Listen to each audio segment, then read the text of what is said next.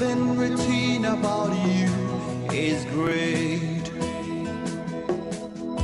You are great, yes, you are Holy One. Walked upon the sea, wasted it. You reign in majesty, mighty God. Everything written about you is great. You are great. You are great. You are great. You are great. You are great. You are great. Oh yeah. You are great. Say you are great. You are great. Say you are great. You are great. Everything, yeah. Everything written about you is great. You are great. Good morning, listeners. Thank you for tuning on to Real FM 91.9 and 91.5 and all those who are watching it live on stream. Thank you very much. My name is JD, and we're now getting into the moments of meditation. Yours, O Lord, and this morning meditation, we're looking at the greatness of God. Yours, O Lord, is the greatness and the power and the glory and the victory and the majesty. Indeed, everything in the heavens and the earth. Yours is the dominion, O Lord, and you exalt yourself as head over all. 1 Chronicles chapter 29, verse 11. The greatness of God is beyond the intellectual capacity of man to comprehend. Any attempt to define God's greatness is an exercise in futility.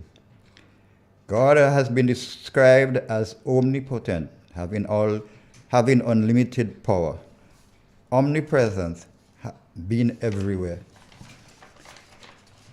Most awesome, powerful, glorious, loving being, known and unknown to man, and perhaps every other word or expression that might convey but it all, and all falls short of God's greatness. Can anyone comprehend the one who knows the number of grains of the sand upon the earth? The one who knows all the stars and call them by name? It is impossible to grasp the magnitude of the one who spoke and the universe was created. Think of how the sun circled the planets. Think of how the plants and the animals came into being, and how human was created. The one who sees every sparrow that falls, knows every thought and the number of every hair in our head. How is it possible to measure and put into words the one who knows every human being before the earth was created? Who can understand eternity? What was before the beginning of eternity? Isn't God great? God is wondrous, indispensable, incompatible, and yet there is not such words. All the words in the dictionary is enough to describe who God is and his greatness. If God had not introduced himself, man may have ever known of his existence. Apart from God's self-disclosure, men could not have recognized him. Although it is impossible to fathom the greatness of God, because he reveals himself through his words, we can truly know him. If there is one word in all the scripture that's best described over great and mighty God, it is the word love. Greater love has no man than this, that he laid down his life for his friends. John chapter 15, verse 13. Even though it is impossible to express the greatness of God, we can know Him, and like the psalmist, we can say, what God is great like our God. Psalm 77, verse 13. The greatness of God is relevant for everything in life. If we saw the greatness of God, we would not be discouraged with the evil and godliness of our culture. If we could keep the greatness of God in the front of our mind and be gripped by His awesome reality, we would be changed from one degree of glory to the next.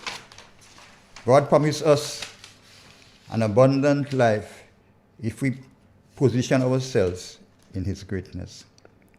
We must have a vision of the greatness of God and pray to be God-focused rather than self-focused. In so doing, we can walk every day with a greater vision of what God is like, what He is saying, and what He can do. God wants you to position your life in His greatness. He wants you to give you a new freedom in your walk with Him. You can only obtain this through the power of prayer in your life. When you position yourself in God's greatness, He is big enough to take care of your smaller needs. Whatever you are going through, see the greatness of God in the midst of it all.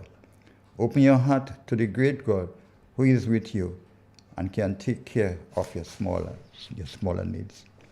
Speak words of life over your circumstances. Ask God for a great vision of who He is. Study and meditate on verses in the Bible about the greatness of God. Praise God for His greatness and splendor. Praise God, praise and glorify Him because He is almighty. He is the creator of the universe. When you get down about a situation in your life, think deeply about the God who lives inside of you. Nothing is too hard for God. He is the conquering King, the great I am. In your desperate situation, put your hand in the hand of the Almighty One, who is on your side and can do all things on your behalf. Great and mighty God, we exalt your name. We bless your name forever and ever. Great are you, Lord, and greatly to be praised. Your greatness is unsearchable. We meditate on the glorious splendor of majesty and on you and of all your wondrous works. Enable us to speak of the mightiness of your awesome acts and declare your greatness. Yours, O Lord, is the greatness, the power, and the glory. Yours is the kingdom, O Lord. For this we ask and thank you for your greatness. In no other name but the name of Jesus, O Lord. Amen. How great thou art, my God.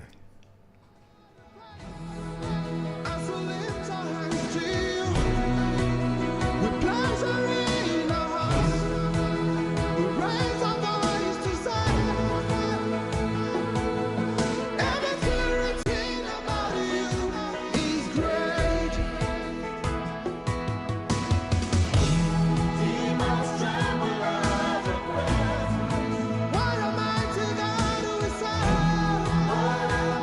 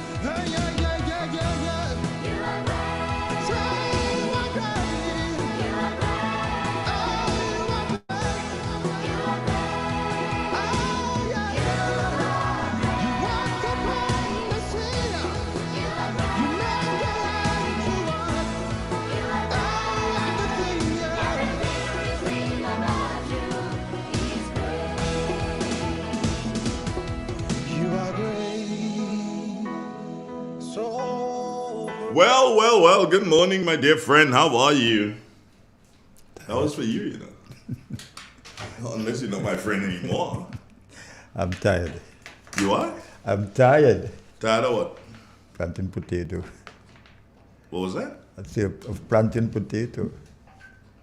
You're tired of planting Well, food? yeah. I yeah, never mean, thought I'd hear the day when you were tired of planting food. I had a long week involving potato.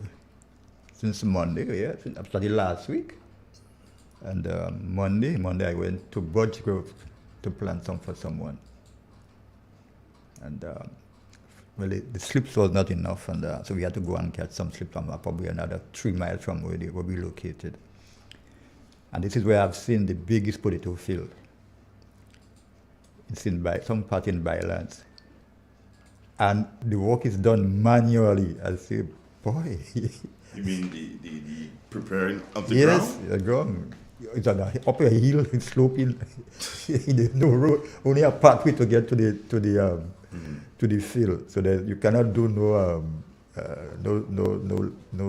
mechanical work, no tractor, nothing could go up there, except you put it in the air and drop it in the field.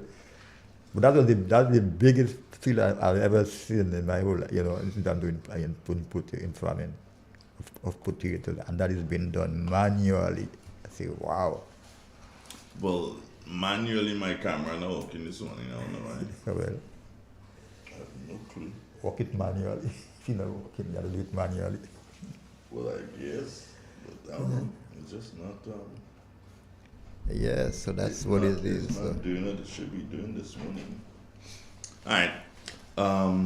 After we have a nice morning, I believe. Yeah.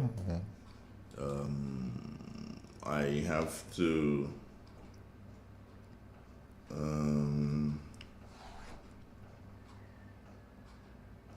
We have an interview, 2 interviews actually, one is at 7:45,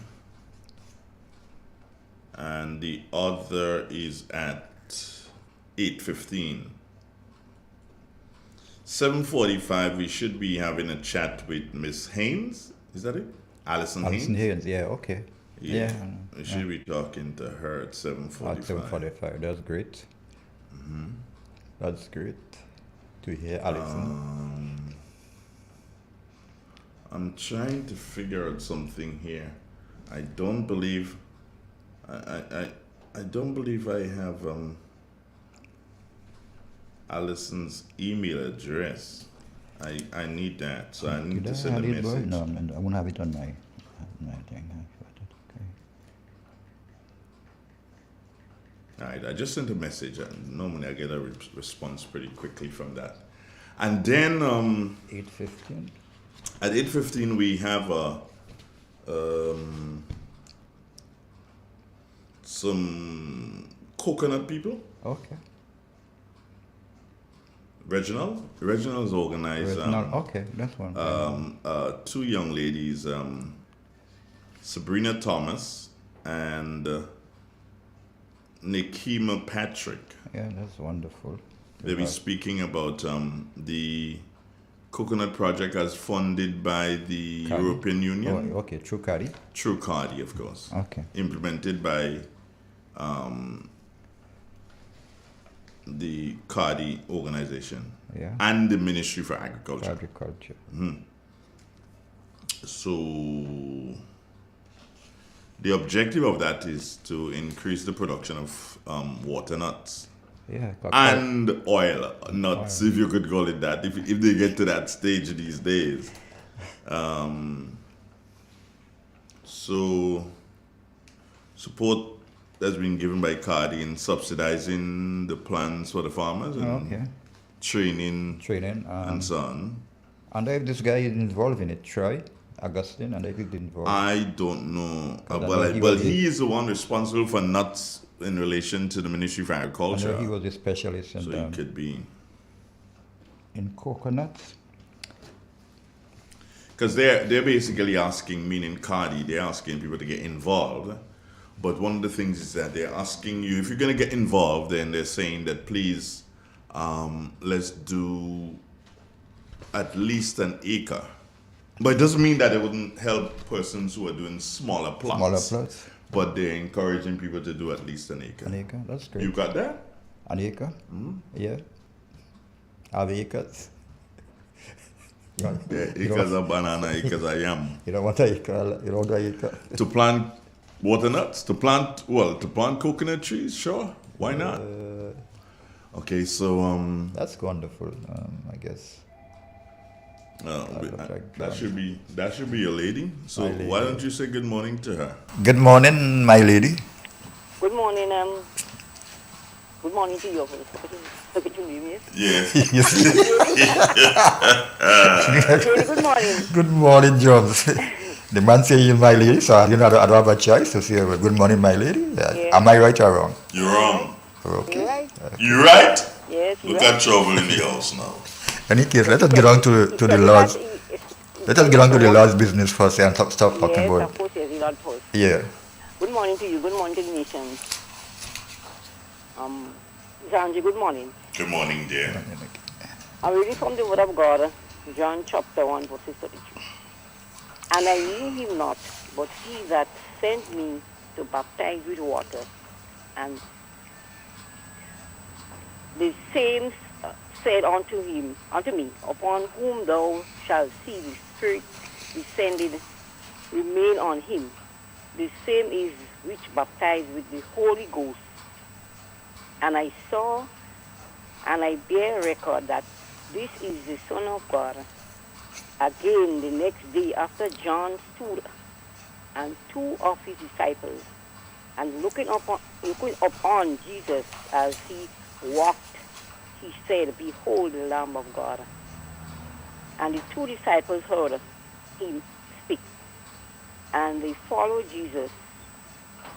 Then Jesus turned and saw them following him, and said unto them, Why sit ye?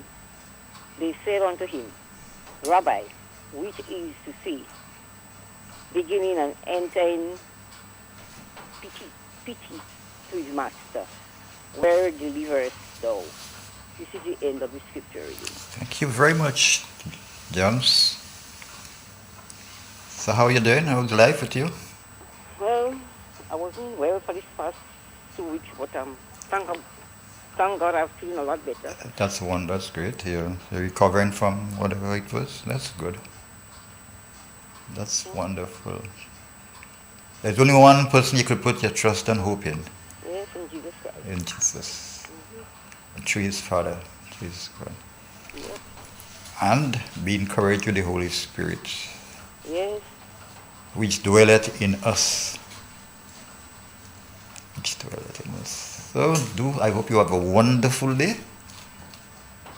And you will feel a lot better. Get back to how you was and to your normal life. Yes, thank you. You're okay. You're most welcome. And have a wonderful day.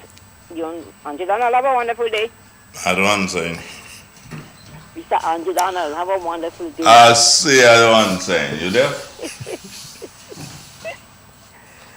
Okay. Okay. Bye, Jumps. Be good. Take care, my dear. Hey, bye-bye. Bye-bye. The more we are together, the more we are together, the happier we will be. Because your friend is my friend and my friend is your friend. Yeah, that's right. Oh boy. Yeah.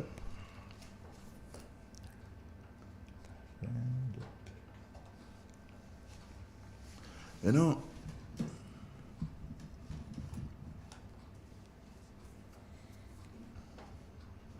No, I don't know. people say, oh, a king has no honor in his country. Yeah. I don't consider myself to be a king. And I'm not a king.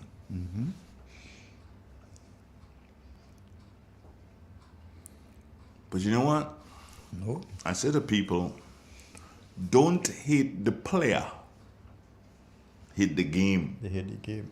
Because the game was there before the player of the Before they game. play, yeah. Yeah. So if you don't like what's happening, hate the game, The game, not the player. not the player. Yep. The player is just playing The game. the game at that time. Yeah. it may come to your turn, yeah, to play the game. Play the game, and sometimes the player dominate the game. He takes, The player don't make the rules, see that? No, The rules are there. Not even the player didn't make the rules. He gone Yeah, there. they make the rules. He gone there and he plays. Yeah, And he sees the game, he tries to understand the game and decide, okay, fine, I'm gonna play the game too. And sometimes he master the game, become a master in the game. Master of the art. Of the art, so So, don't hate the player. hit the game. Hit the game, folks. Hit the game, not the player. The player ain't got nothing to do with it. All the players doing is just playing the game. Remember that, eh? Somebody calling. Well, I gotta do the weather now. Weather, yes. So.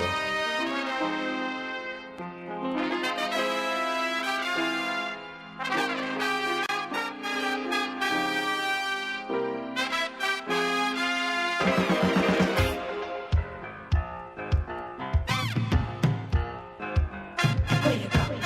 Where you walk? What you say? When you talk? Where you go? Where you walk? What you say? When you talk?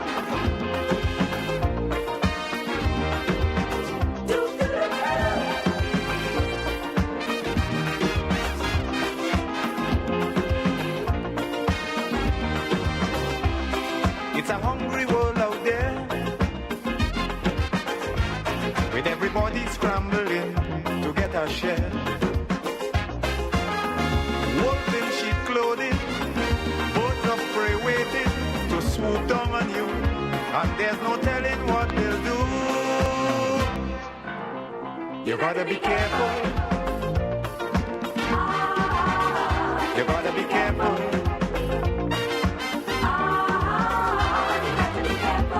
Where you go when you're walking, what you say when you're talking, you gotta be careful. You gotta be careful, careful.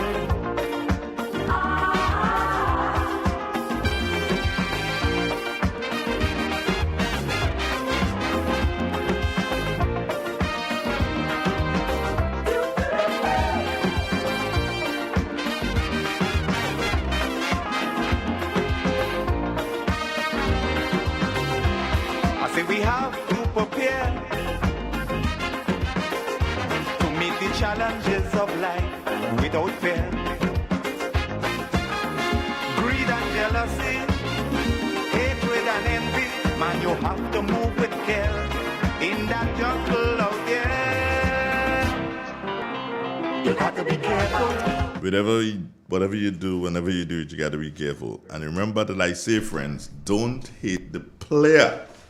All right? Not only be careful, be very careful. Yeah, don't hate the player at all. Why you hating the player for? What did the player do? The player ain't do nothing to you. You need to hit the game. Let's say good morning to Jared Tamer at the Morris Bishop International Airport Meteorological Office. Good morning, Tamer. How you doing, my brother? Hey, Andre, good morning. I'm good. Okay. How are you doing? I'm okay. Okay, good to hear. I just remind people, don't hate the player, hate the game. Oh, Yeah. okay, yeah. Don't hate Jerry Tamer when he tells you what the weather is gonna be. You hate on the weather, he just tell you what the weather is gonna be. He ain't do nothing else. Can't hate Jerry. He that cause ready to come and you can't play Soca Monarch. Tell me, brother, what's the weather gonna be like? Well, Andre. Okay, well, pleasant good morning to all the listeners. First and foremost, the most important people. Okay, well, partly cloudy conditions now exist throughout our Tri-Island state. Our winds are now easterly at 16 miles an hour, barometric pressure 12.8 millibars. Now that is below normal, but rising. Current temperature 26.9 Celsius, relative humidity 80%. Now, during the last 24 hours, we recorded a max of 31.2 Celsius, a minimum of 25.2. And during that same period, also rainfall of 3.9 millimeters down here at Point today, which brings our total to 101 millimeters. Now, let's turn our attention to the public forecast. This is valid for today and tonight for Grenada, Carriacou, and Petite Martinique. We can expect conditions to be Partly cloudy and hazy with a few light scattered showers, but becoming generally fair and hazy by afternoon. Winds east-northeasterly at 12 to 22 miles an hour. Seas moderate, waves 4 to 6 feet in open waters. Tides are currently falling, so low tide would be at 10:35 this morning. And next high tide would be at 2:20 tomorrow morning. Maximum temperature today should get up to just around 30.5 Celsius. We'll have sunset today at 6:35, sunrise tomorrow 6:54. So just repeat the public forecast. Remember, it's valid for today and tonight for Grenada, Carriacou, and Petite Martinique. We can expect conditions to be partly cloudy and hazy with a few light scattered showers, but becoming generally fair and hazy by afternoon. So, Andre, that's all for me. Back to you. Don't hit the player, hit the game. Don't hit Jerry Taylor. Hit the weather if you want to. Don't hit Jerry at all. Don't do that. You can hear the message, but not the messenger. Not the message.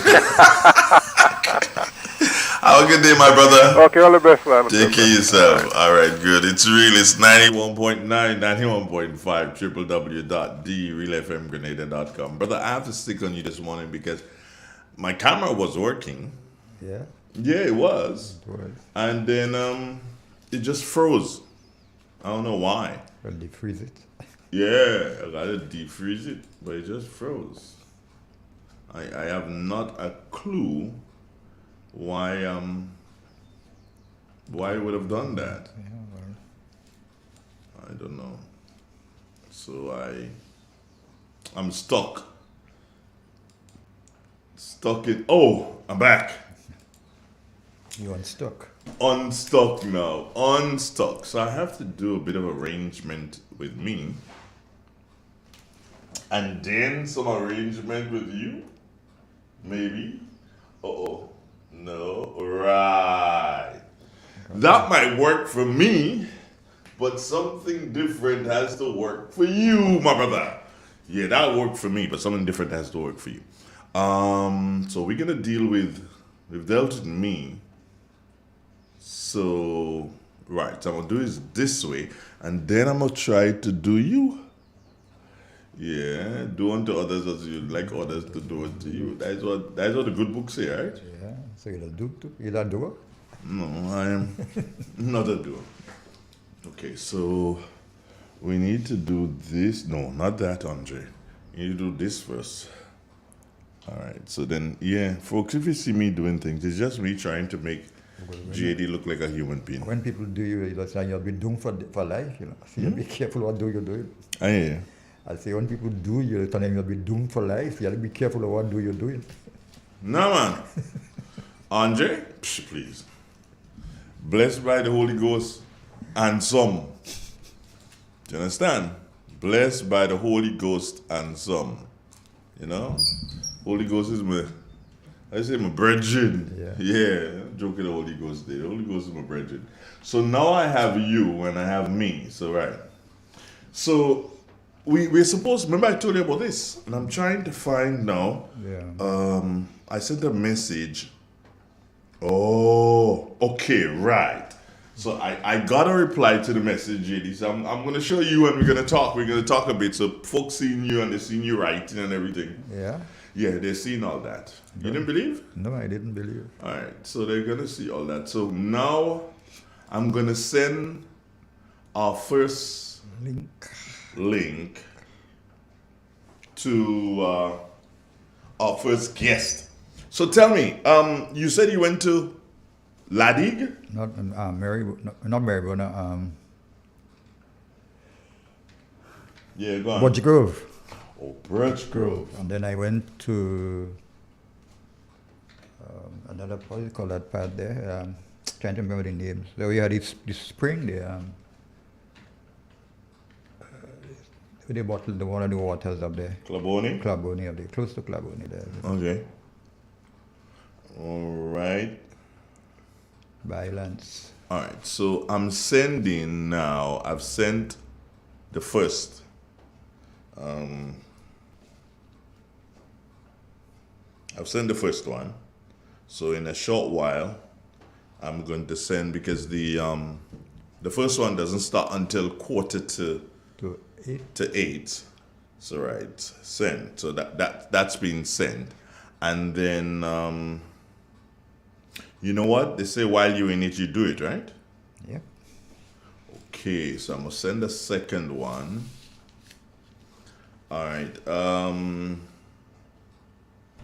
Where do I find that now? Come on, JD, help me now, man. I don't know You have about me your- struggling and you're writing. I don't know What? about- Okay, tell us what you're writing. I don't know about your Tell me apparat. about your thing now. Your planting dates. Tell me that. Planting dates? You want the planting dates now? Yeah, I want your planting dates now. We change it then. I ain't changing. It's just that I'm trying to get you to help me, but you ain't helping me. So I want about your planting apparatus. dates. I don't know. I don't want you to know about the apparatus. I want you to tell me what the planting dates. What the planting date. Oh, boy. You don't have it yet? Okay, so what else can you tell me? Because you have a lot of information I have written in front of information, you. So talk to me. Um, You have information in front of you. Forget the planting dates. I don't have the Magdalene one, but I Right, have. so I have. forget that. So talk to me about the information you have written in front of you. Talk Okay, to me. this Be morning a good guy. I want to talk about seafoods and sea vegetables. We often hear the advice about how seafood is a nutritious group of foods to increase in our diet. You might hear about fish, lobster, conch, or lambi. However, most of us don't know that seafood includes various vegetables that grow in the sea. When we think of sea vegetables, one word that comes to mind is seaweed. There are hundreds of different varieties of sea vegetables, but most people don't know them by name. Like you have Irish moss, oweed, sea grapes, sea lettuce, and there are 3 main types of seaweed which are referred to as algae. You have the brown, you have the green, and the red. Sea vegetables are consumed around the world, but they are more popular in Asia. The biggest consumers of sea vegetables are China, Japan, South Korea. And I don't know what people will know that the Japanese have one of the longest lifespan on the earth. Seaweed has a broad range of minerals and vitamins, and one of them is the miso soup. Seaweeds affect a high level of essential nutrients, including iodine, calcium, magnesium, and folate. Sea vegetables contribute a lot in the culinary art and help to thicken soups and stews. Sea moss benefits. Sea moss prevents varicose veins and healthy digestion, helps in weight loss, help prevent lung problem, reduces sore throat, reduce blood pressure, strengthen the bones. It's a male natural aphrodisiacs, reduce cholesterol, treat anemia, boost energy, treat thyroid disorder, relieve flu, relieve asthma, improve mental health, detoxify the body. It can help in treating wounds. It's good for the skin, and it can be also used as a natural painkiller. It's also good for cancer treatment. Because of the contamination of the sea moss should be soaked, rinsed, and drained properly before use. It can be used in soup, broth, beverages, puddings, gel, to get a healthy benefit. In terms of the side effects, sea moss is considered to be safe and have least side effects. The raw sea moss may lead to skin irritation. Before using sea moss for medical treatment, you should consult your doctor. Here ends the note on sea vegetables, and in particular sea moss. Sea moss, seaweed, they're relatives, right? Yeah, well, They are sea vegetables, all from the sea. Coral. Yeah, you have sea, like I said, most of the vegetables you have, I mean, might have find it in the sea. You have sea lettuce and You find cabbage in sea? sea cabbage. Yes, why not? You have animals in the sea. too. This man crazy now. Why not? You just tell me you have a kind of sea ganja then. It could be. You never know. Oh my God. He has seahorse, he has sea lion, he has sea cat, so if these are available on land, you'll find them in the sea. Yeah. Whenever it's available. You're a on land. madman. No, I'm not mad. Seahorse, sea Yes, lion. he has seahorse, he has sea lion, he has sea devil too. And sea god. Yes. Yeah. I will. I tell you, you're a crazy man. Whatever you can. Sea coconut. You know. Sea coconut, my foot. No, there's something called sea coconut, and this is one of the best, most effective for cold. I have it here in Asia, made from sea coconut. Yeah. Yeah, made from sea coconut. One of the most effective. The sea must be a radio station too. Yes, and you don't have waves.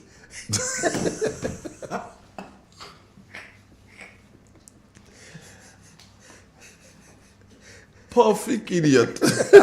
I'm not better than you either. And you're current, so you must have electricity. Right. You have current.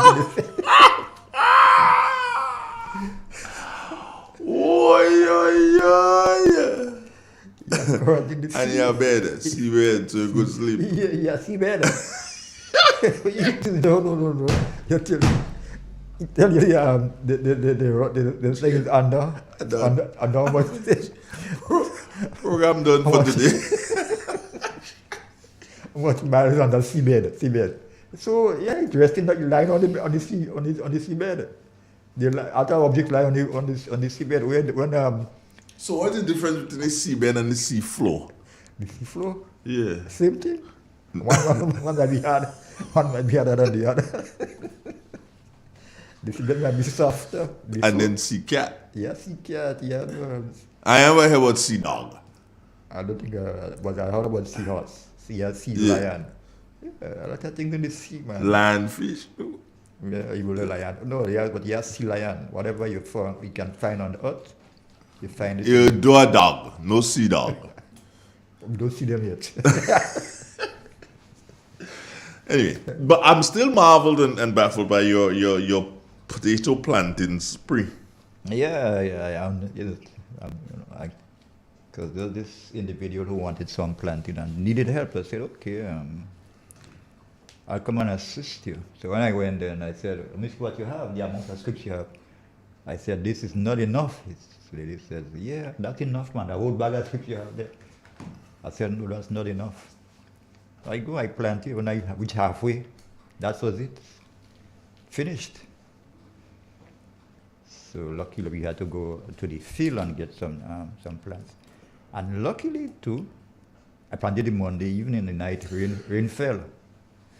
And once they get one shower rain. So you stayed up there? No, I didn't. How stay. did you know it rained? Well, I was informed that it rained. It rained there. How do you think how difficult is it going to be for the farmer to get there when it's raining, based on what you said? It's not difficult. Okay. It's right by the road, but it's up, the upper incline. So it's not difficult to get there. And, you can't drag, you have to park your vehicle by the road and you walk up. And somebody's already on us, don't you think? Do you think we should answer? Yeah. Let's see. It is good morning. Good morning, gentlemen. Good morning. Good morning, sir.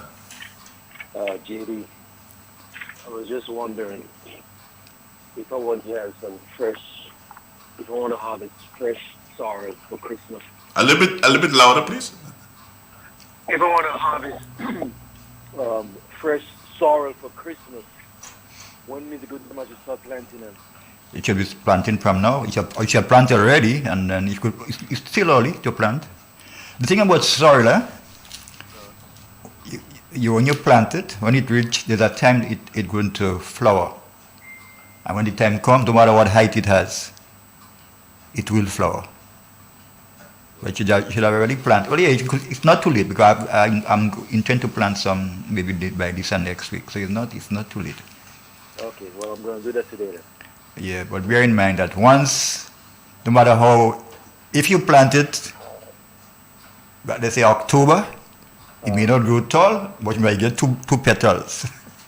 Oh, There's a time when the time comes, and this is the time I have to flower. I'm going to flower because of height, of size. yeah, I am going to flower. I see. All right. Thank you, sir. I appreciate you. Which variety you're planting? You're planting because you are usually by the sea. You're planting the sea variety. I have the seed variety. I have some seeds in a container downstairs. I'm not sure which one it is. I think it's either red or green. I think Okay. it might be the green one. The Jamaican, the green ones. Green. Yeah. There's a white one. That one is not. There's a white, there's a red, and there's a very dark red. Yeah, dark three type of red. Yeah, three types. Well, okay, If it's the white, if it's the greenish one, forget that. yes.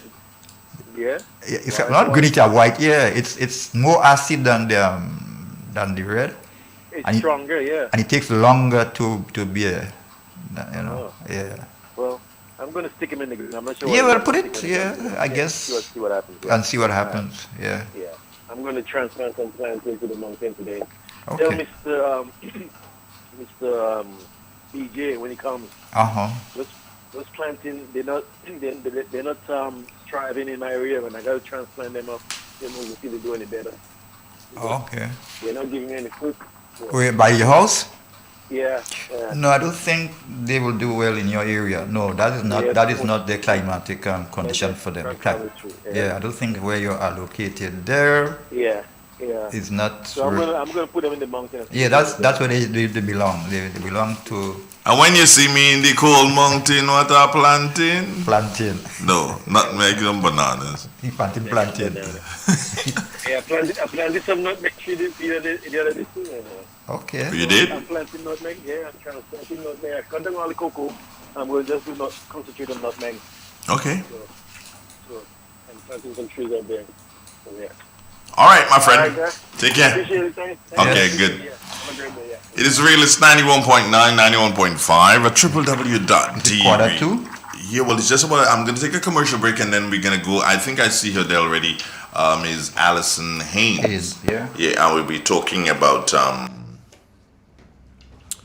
plants, distribution of plants, and stuff. Okay, I was wondering when they going to Yeah. start So distributing. I guess we'll be speaking about that and more. Well, Yeah. we'll let her set the tone when we get to her. This is real. This is 91.9, 91.5. Stay with us, friends. We take a commercial break and we'll be right back. It is said, the proof of the pudding is in the eating.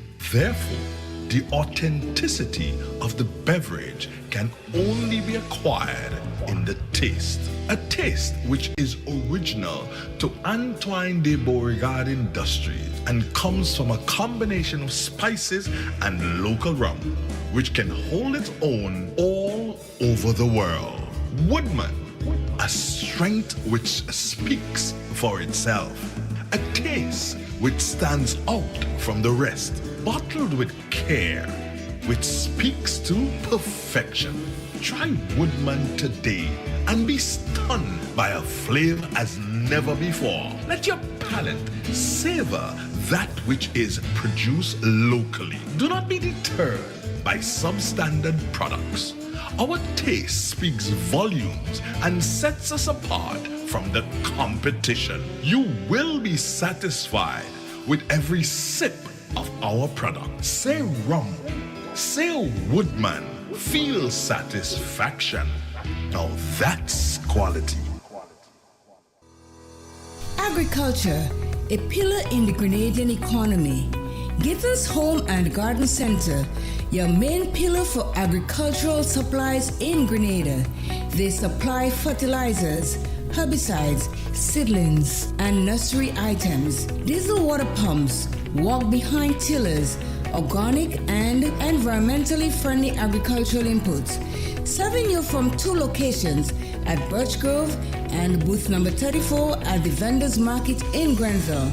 cost-effective agricultural solutions for all your needs. Visit Gittins Home and Garden Center for the best in everything agriculture. Call them on 409-2175 or 438-4337 and enjoy their services from your farm to your backyard. Gittins Home and Garden Center.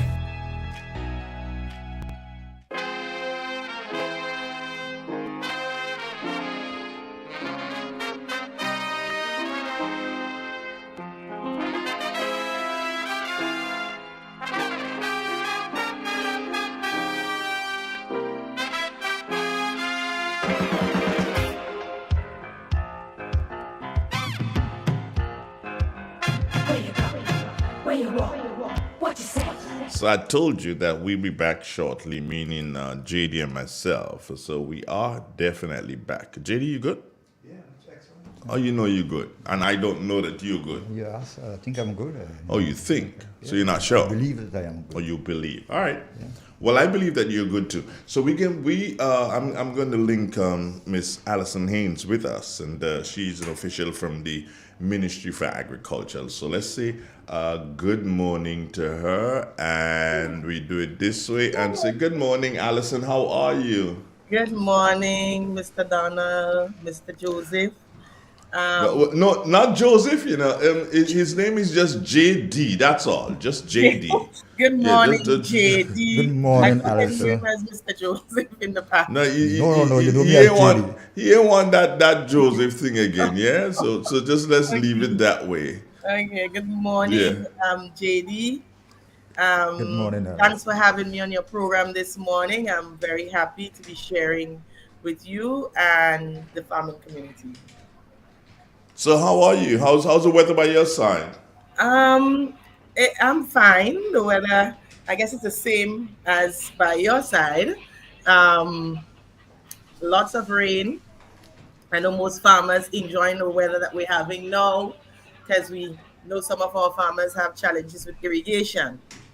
And I know everybody's excited about planting now that the rain has started. Everybody eager to know of plant distribution, when we are going to start selling plants, and when they can come to purchase their plants so that they can start Okay. planting. Mhm. All right, so let's start about before we even go into availability and prices. Tell us, when did plant distribution start? Because I know it started already. Well, we have not started as yet. Oh, you haven't? Oh, I thought you had Just started already. announced the start Uh-huh. of distribution. So every year, plant distribution starts with an opening ceremony where the minister would launch the start of plant distribution, and that ceremony is scheduled to take place next week, Tuesday, on August the 2nd. Oh, okay. So we'll have that actual ceremony where we'll invite a lot of our stakeholders and farmers, and the minister will launch the opening of the ceremony, the plant distribution for 2022. That's next week, Tuesday. The following day, and I know farmers will be excited to hear that, we'll start the sale of plants. So from the 3rd. But that's very interesting, and then something that may be pretty exciting for the farmers and stakeholders too is that you'll be having a new Minister of Agriculture there this time around. Yes, I know most would be excited for his address, farmers, Grenadians on a whole, to hear what plans are in place for agriculture and agricultural development. Yeah. Where are you having this distribution this year? So the opening The ceremony. open Yeah. this year. Where you have it in? So the opening ceremony will be at Meribah Agricultural Station from 10 a.m. Okay. on Tuesday. From 10 a.m. I was just wondering if it was going to be at Laura, so that would be right in the Minister for Agriculture's background. So he would have been very excited to have it in Laura in St. David's. But it's I going to be know. at Meribah. Yeah, You- I know the minister will probably be very excited to have it there, but we have most of our plants are being propagated at Maribor. Maribor is the largest station that we have, so we see fitting to have it at Marabou. Sometimes we have it at some of the smaller stations, but this year we're going to have it at Marabou. Okay. Because we're the largest station. What is usually the turnout? Do you find a lot of farmers turning out or just a lot of officials turning out to this? What do you find? So the opening ceremony, Yeah. we have a wide cross section of persons attending the ceremony, because we actually call and invite persons. So we invite a lot of the farmers every year. Normally we invite the farmers that applied for large quantities of plants to partake in the ceremony. We invite extension officers, we invite the agricultural input suppliers, we invite some of our project leads, some of the projects that's happening now. We invite them, we invite new commodity boards, so everybody can take that 2-3 hours and mingle, share ideas, with each other, network. It's an opportunity to do that as well during the opening ceremony. One of the things I heard before by agricultural officials and by different ministers for agriculture of the past is that you have plant distribution, where farmers come and they buy the plants. As a matter of fact, one minister of agriculture told me one time he went to visit one person and he saw some getting ready to be in a bathroom outside. Which meant that the person just left it right there. Yes, Andre, unfortunately that happens, where persons purchase the plants and do not necessarily plant them after they purchase. Now we give both farmers and the public the opportunity to buy plants, right? With the farmers, we want it to be plant production based on the available markets and so forth. So normally we have the application process, the plant application process, where a farmer would apply for. Well, let him take his two seconds of fame. Let me see his face. Come on back here. Let me see your face. If you want to do some bomb mommy's picture, oh, now you're running, you don't want to show me your face. Now you're shy, okay. Yes. All right, so, yes. Yes, so normally we have the application process for the farmers, where we ask the farmers to apply a year in advance. It is so that the farmers can plan, because, you can plan, you can look at your site, look at the space you have, look at the market, look at maybe organized labor and everything in preparation for the plant. So that situation would not occur where the plant remains in your bathroom or in your backyard. So we ask, and then obviously it would help us with our planning in terms of the number of plants that we need to produce. But over the years, we have seen a breakdown in that system. And I think because of that breakdown, because as part of that system as well, after the farmers apply for the plants, the extension officers are expected to visit the farmers, do an assessment of the farm, and ensure that they have the land space, ensure that the site that they've selected is correct, ensure that the location of their farm is correct for what they have, the plants that they have requested. But we have had a breakdown in that system over the years, and I think because of that, now we're seeing situations where plants are left unattended. Yeah. So we want to see that system, that plant application system, back on stream. It worked, and I think it's good. It has a number of advantages. We get to plan based on the farmers' request. We have the interaction between the extension officers and the farmers. We too would get information as to what production that we expect in the following years. We'll be able to work with the farmers more efficiently, and we'd avoid having plants just on the farm. So I think it's a system we need to look into again, because this year we had the application system up and running, but less than 100 farmers used that channel. So we had just about 90-something applications. And remember, farmers who apply for their plants, you get preferential treatment.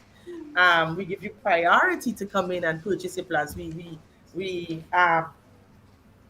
there are days we call you on the phone, let you know when to come. So we make it more comfortable for you.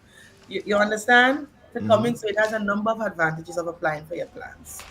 Yeah. The other thing though too is there's a school of thought that the Ministry of Agriculture, through of course government, is making the plants so readily available that farmers don't really care. That's why you find a lot of the times they don't do with the plants what they're supposed to do. Someone said, I bet if you charge them a bit more, when they purchase it now, they'll definitely plant it because they know that they're paying a substantial amount for the plants. Yes. That could be an issue. Yes, I believe some farmers, yes. I mean, it's cheaper.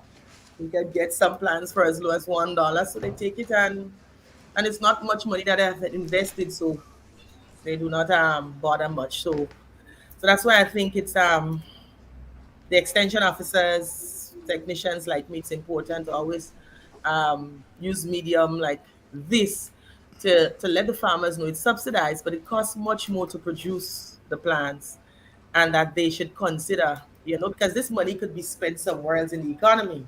Yes, Yeah, yes, yes, yeah. yes, But yes. but the government sees the importance of plants, having the plants, so that we can develop our agriculture sector, so that we can provide what the farmers need, and and they see that importance, and we continue to do it despite the fact that farmers are leaving the plants and not attending to it. Even if some farmers, even after they have planted, they still not do not attend to the plants as recommended by the extension officer, by the Ministry of Agriculture, by the experts.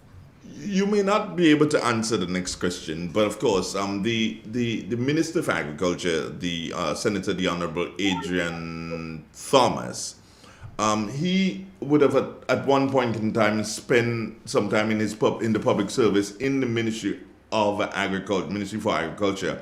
How excited are you guys, meaning the staff of the ministry, yourself included, of course? How excited are you all to have someone who is almost like hands-on and as they say, kind of know the struggle? Well, for me personally, I would say I am excited about it. I am optimistic that having somebody that understands the struggle, understand how agriculture operates, understand our challenges, because we do have challenges as technicians within the ministry. They understand farmers, so that they'll be better able to relate and use that their level of understanding to make um, better decisions, or decisions that would benefit us, both the farmers, both the ministry. So I am excited about it. I'm very enthusiastic for that, and I welcome it. So I look forward to the great things. All right. Now, folks, when you start your distribution now, is it just about planting material for food, or you have ornaments like flowers and so also included in that at this particular time? Oh, we have we propagate a wide variety of plants. So, like you said, we have the economic tree crops. So we have the things like the avocado, the mango, all of that, the soursop. We also have the traditional tree crops, the spices, things like nutmeg, cocoa. We propagate that as well. We have herbs, we have things like peppermint, we have thyme. So we propagate a number of herbs as well you can purchase. And we also propagate a wide range of ornamentals. All right. So we have things like croton, sprung of thorns, cup of gold, desert rose. We have different types of fencing. We have a wide variety of palms. So we have foxtail palm, fishtail, golden palm, phoenix palm, red stem palm. We have yesterday, today, tomorrow. A lot of them, the tree of life, snake plant, roses, petunias, we have periwinkles. We have a wide variety of indoor and outdoor ornamental plants, and you can purchase these plants at Ashinden Propagation Station. That's where we propagate our ornamental plants in Ashinden. And is it open already for distribution, or we have to wait So until it the all launch? open at the same time. So all of the propagation stations are operated by the Ministry of Agriculture. Yeah. So all four, Maran, Bolong, Maribo, and Ashinden. So the opening would be for the sale of plants at all of the stations. Right. What about the The Maran? the only difference, the only difference is with Ashinden, the sale of ornamentals normally continue for almost throughout the year. Throughout the year. For a very long time, you can purchase your ornamentals at Ashinden. And another thing is the ornamental plants, they are slightly more expensive than they're slightly more expensive than the economic tree crops, but they are still highly subsidized, because a plant that you can get, an ornamental plant at Ashinden for $12, let's say a begonia for $12, or bromelia for $20. We have desert rose for $12. So it's mainly between $12 to $20. We have a few plants that's for $5 as well. But they're still highly subsidized, because at a private nursery, for example, you can buy some of these same plants for $80, $100, $40-something. So it's still highly subsidized, right? Ornamental propagation of ornamentals, and it's a lucrative business. So we still have it highly subsidized at the government station. I somewhere in this little computer up here, I remember that I had a conversation with someone. I'm not too sure. I don't think it was you, but someone in the Ministry for Agriculture. It could have been you. And we spoke about a particular species of breadfruit that came in from somewhere in South America. And this breadfruit tree did not grow, not even taller than Andre, but produced some massive breadfruit. Am I correct with that? Did that really happen? It was not me. It was not you. Okay. Yeah, But do we have that kind of breadfruit? But from an agronomic standpoint, I don't know of any dwarf type breadfruit. Breadfruit, okay. And we do not graft breadfruit, Okay. But what I can tell you is your site selection as to where you plant. If you plant your breadfruit in an area where it's open and exposed to sunlight and not covered by other trees, so an open area, it's correct space for plant, exposed to sunlight, and you can keep that breadfruit at a manageable height for a lot of years. Okay. Low. In Grenada, our trees tend to escalate up into the heavens because we have a lot of other trees Space. around. Yeah. So it's very crowded, so they're all searching for light. So you have that happening with the breadfruit. And we notice if you look around Grenada, where we have breadfruit between mangoes, between everything else. They have vine on them and all different things. So if it's free from vine, exposed, and then after a few years, 5 years, after 5 years, 7 years, you start topping the tree, it would remain at a manageable height. Short, you will have the majority of the fruits at the bottom. You can even walk and harvest a few. So I think it's management, how you manage of the tree. site selection, where you plant, and how you manage your tree. I get the impression by looking at JD, he seems to have a question for you. JD, you have a No, question? Oleon was asking about Maran. What goes at Maran? Well, Maran is mainly a cocoa station. Okay. So it's one of the stations that we propagate a lot of cocoa.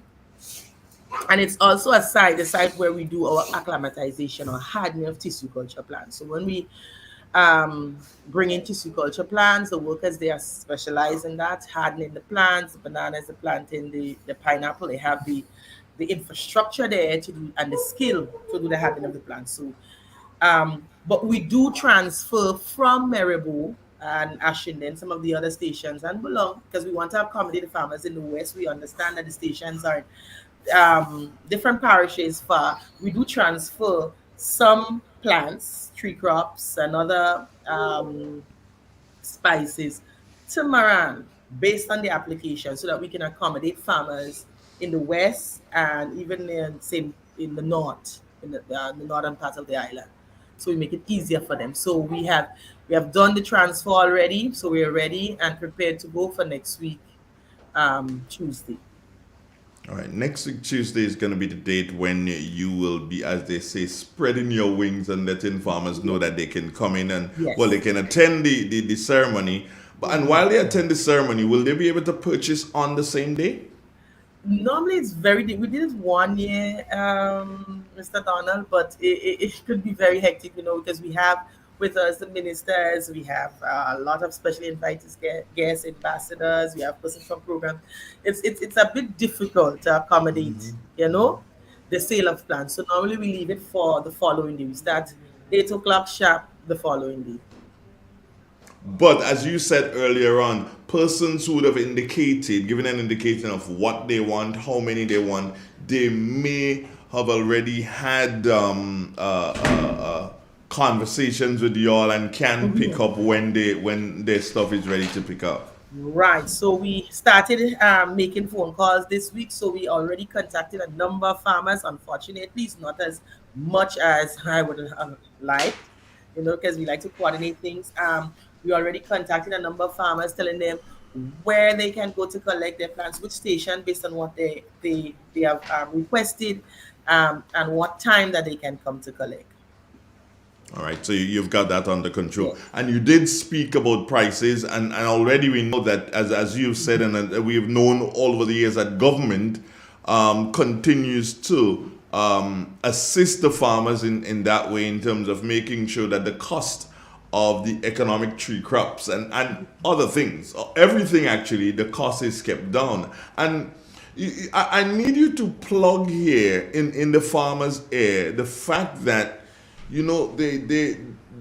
there's so much talk a lot of the time that, the government's not doing enough and they're not doing, and sometimes things like this just fly under the radar. Mm-hmm.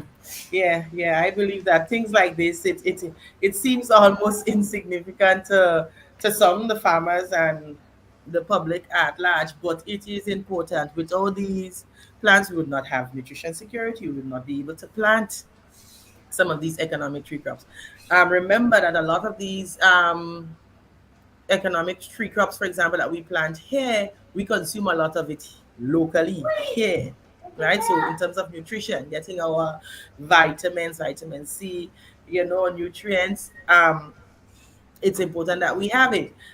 For export market, Grenada is the only country, I believe, with a privilege to export fresh soursop to the US. And if we don't continue to propagate the soursop, and a lot of other exotic fruits there that we're not taking advantage of, that we need to take advantage of. So if we don't propagate the soursop to make them available to the farmers, how would you get the soursop to export? The Grenada is world renowned as a country that produce spices. We on a yearly basis, we produce thousands of nutmeg, cocoa, for rehabilitation of plots, for establishing of new plots, so that we can maintain our status on the international markets. So and I think that is why for the government it's more than just the cost of the price of the plants. There are a number of other benefits in terms of export, bringing in foreign exchange, for nutrition security for our country, and that is why we will continue to subsidize the cost of the plants, and so we therefore encourage persons to take advantage of it and value it. Jay? Ms. Haynes, what about citrus citrus plants? Unfortunately, we would not have citrus this year again, but we are making tremendous headway.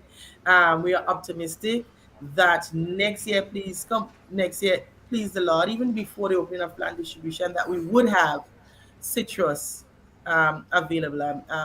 90, I would say 90% of the work have been put in already. Infrastructure work.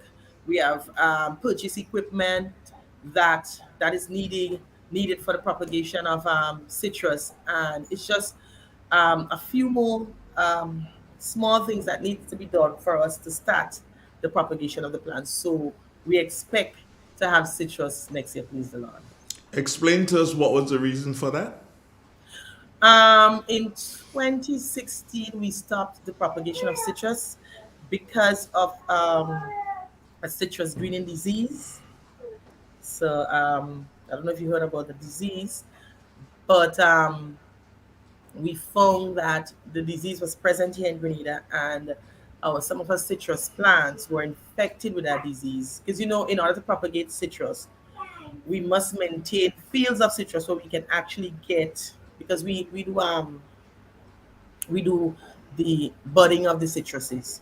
So you must maintain fields so that we can get the buds to do the propagation. And some of our fields were infected with that disease, and we want to avoid spreading it because it's if spread it could really devastate our citrus industry. So we had to get rid of our trees.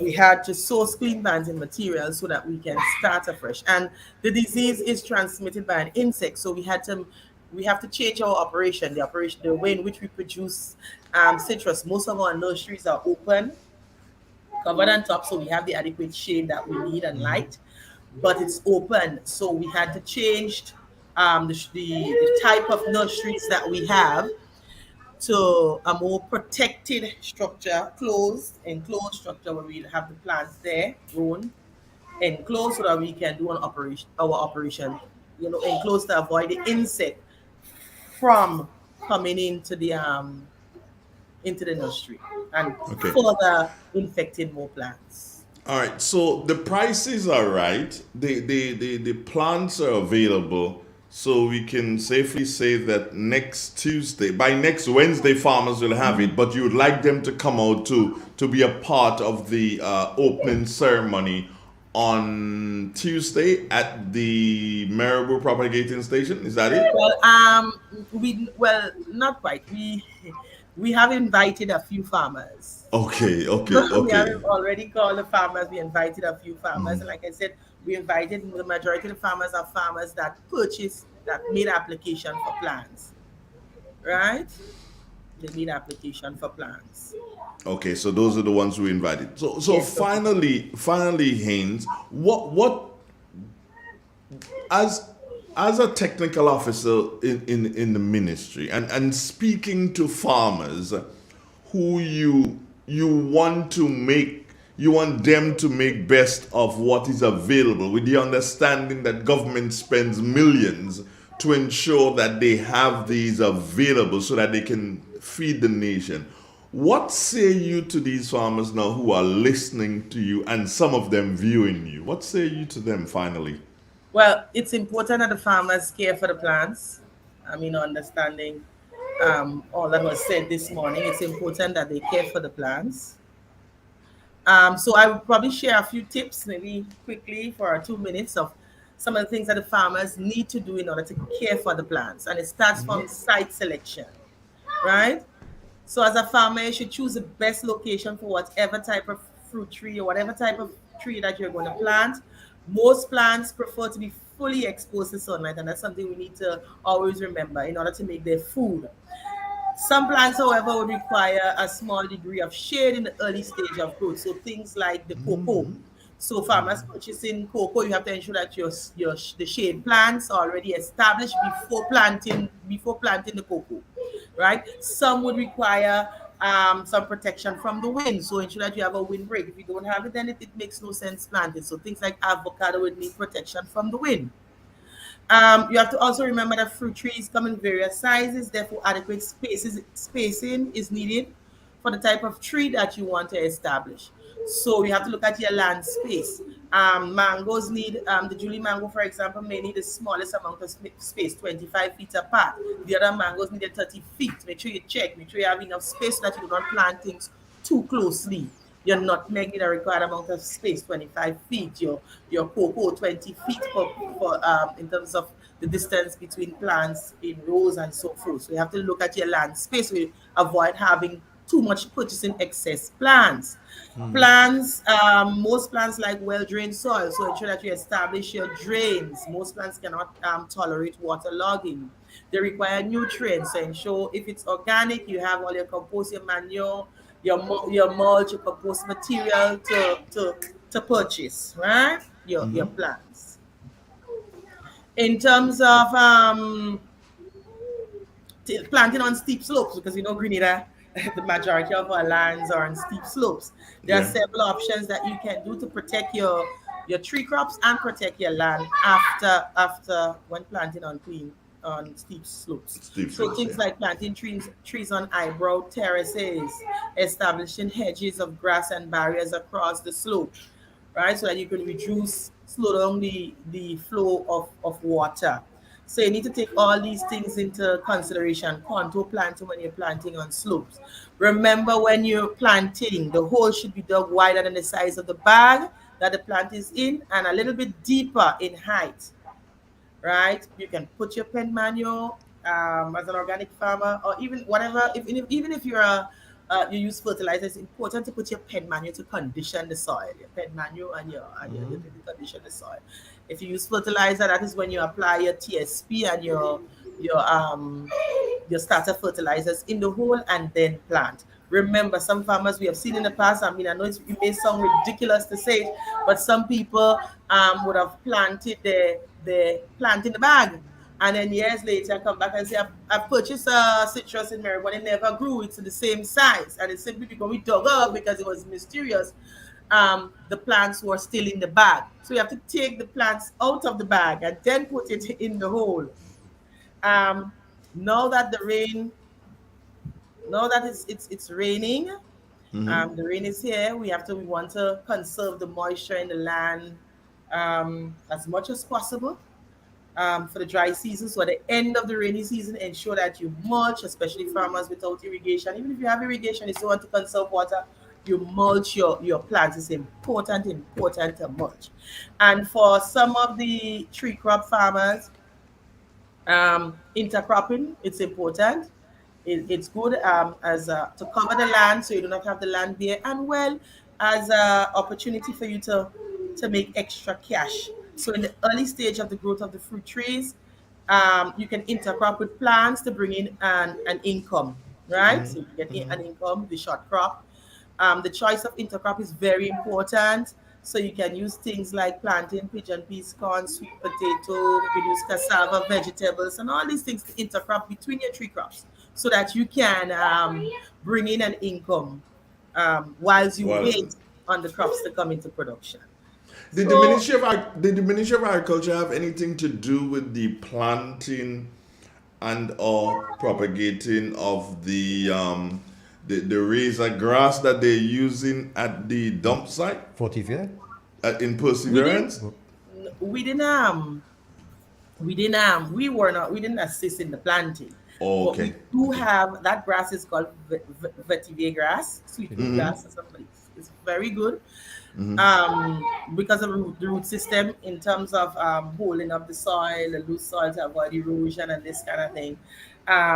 It's highly recommended. We have an established plot in Maribor where farmers can get plants. We've also propagated a few hundred plants as well as Maribor, so farmers can purchase, because we understand the importance. We are part of the campaign to encourage farmers to use plants like the vetiver because it's cheap, it's easy. You don't have to use concrete or anything to help manage your soil in a sustainable way. Look, after 50 years I learned the name vetiver. All I know is razor grass. I don't care what all it is. And, all right. if I may say that, that project at the dump was done by a lady in Crucial, one Mrs. Slinger. Miss She June did the Slinger. project? Yeah, Yes. I Miss spoke June to her Slinger. about 2 weeks ago, yeah. Well, we need to speak to her to get yeah, some more to get her, information. yeah, to We get need to her, get yeah. some more information from it. Okay, it looks good to start. It just looks, Yeah, it looks just like good, planting, yeah. it just looks Yeah. good. Yeah. I mean, with everything you do, you have to look at aesthetic with planting. Yeah, it looks good. And this It kind looks of good. thing looks good. Miss Slinger would also be. We have also sent out a invitation to her. To her. Well, yes. Plan distribution. So that's why I say Yes. it's a time for all the stakeholders to interact and bring the ideas together. So it will be there as well. We've just been joined by JD. You wouldn't By see him yet, BJ. but he has by BJ, sorry. And he has a question for you. BJ, what's the question? How come I was not invited? Well, Say again? How come I was not invited? How come you weren't invited? Yeah. Well, we don't want to invite. We don't Well, want you there. I thought that was for major applicants. Because you- Mr. are you- Mr. I BJ thought this did was for not major have an applicants. application. Andre, I noticed this thing going on. Hold with on. The young lady is saying that you did not have an application in. Andre, I have my application in from since last year. They couldn't even distribute the plans to me, so I put it Okay. on hold for this year. I And know was that. there only 2 days ago. And Yes, nobody it is invited me. invitation. Andre, this is something I've noticed for a long time. People from the Mr. ministry BJ sideline but me. Mr. And I BJ want to Hold know. on, no, one person Okay, speaking. sorry. So, Miss Haynes, you go ahead. Let me hear what you say. BJ, hold No. on. In all fairness, because I went through the applications, I did Uh-huh. not see an application from Mr. Bertrand John, but Mr. Bertrand John is a regular. He normally would apply, and he normally Duh. would walk in and purchase plans. Right, there you go. So he So just go. has interest here, and You he are- would always Yeah. accommodate Mr. Bertrand. Alison, do me a favor, please. When we finish here, give him a half an hour and call him and invite him, please. Yeah, I will. I want it in writing. You say what? I don't want nothing verbally.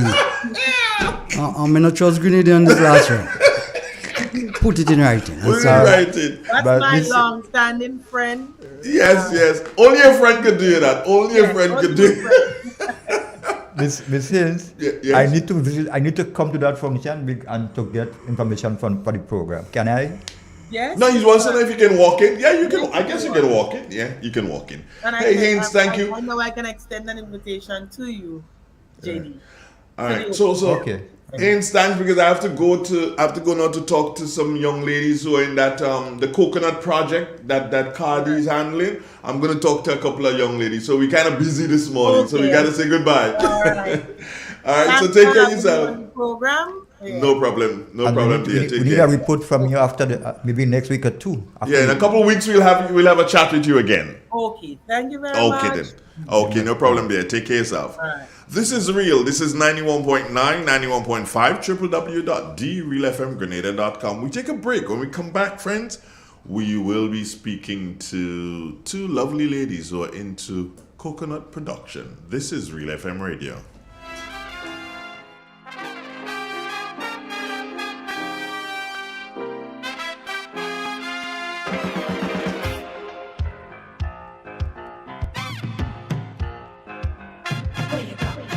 Where you go? Where you walk? What you say? When you talk? Where you go? Where you walk? What you say? It is said, the proof of the pudding is in the eating. Therefore, the authenticity of the beverage can only be acquired in the taste. A taste which is original to Antoine de Beauregard Industries and comes from a combination of spices and local rum, which can hold its own all over the world. Woodman, a strength which speaks for itself. A taste which stands out from the rest, bottled with care, which speaks to perfection. Try Woodman today and be stunned by a flavor as never before. Let your palate savor that which is produced locally. Do not be deterred by substandard products. Our taste speaks volumes and sets us apart from the competition. You will be satisfied with every sip of our product. Say rum, say Woodman, feel satisfaction. Now that's quality. Agriculture, a pillar in the Grenadian economy, Gittins Home and Garden Center, your main pillar for agricultural supplies in Grenada. They supply fertilizers, herbicides, seedlings, and nursery items, diesel water pumps, walk-behind tillers, organic and environmentally friendly agricultural inputs. Serving you from 2 locations at Birch Grove and booth number 34 at the Vendors Market in Grenville. Cost-effective agricultural solutions for all your needs. Visit Gittins Home and Garden Center for the best in everything agriculture. Call them on 409-2175 or 438-4337 and enjoy their services from your farm to your backyard. Gittins Home and Garden Center.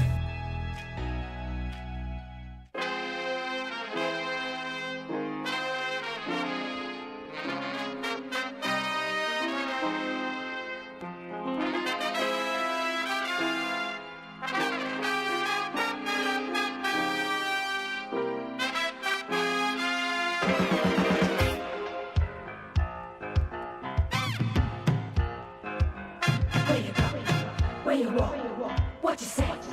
When you talk? Where you go? Where you walk? What you say? When you talk?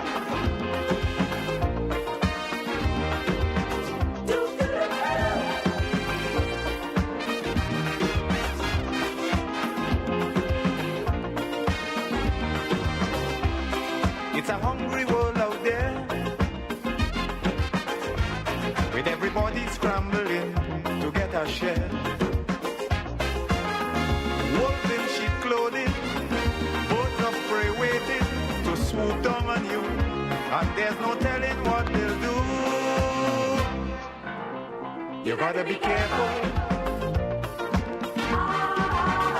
You gotta be careful.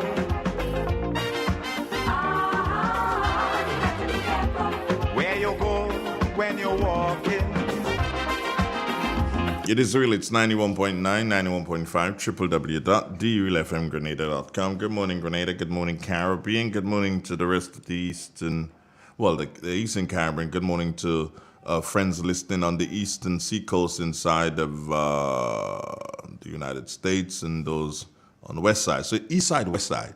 How come we never had a north side, south side war? You know there's an east side, west side war with Tupac and Biggie and whatever. BJ, how come they never had a north and south war? Easier to go across the US than to go up and down the US. Okay, thanks, BJ.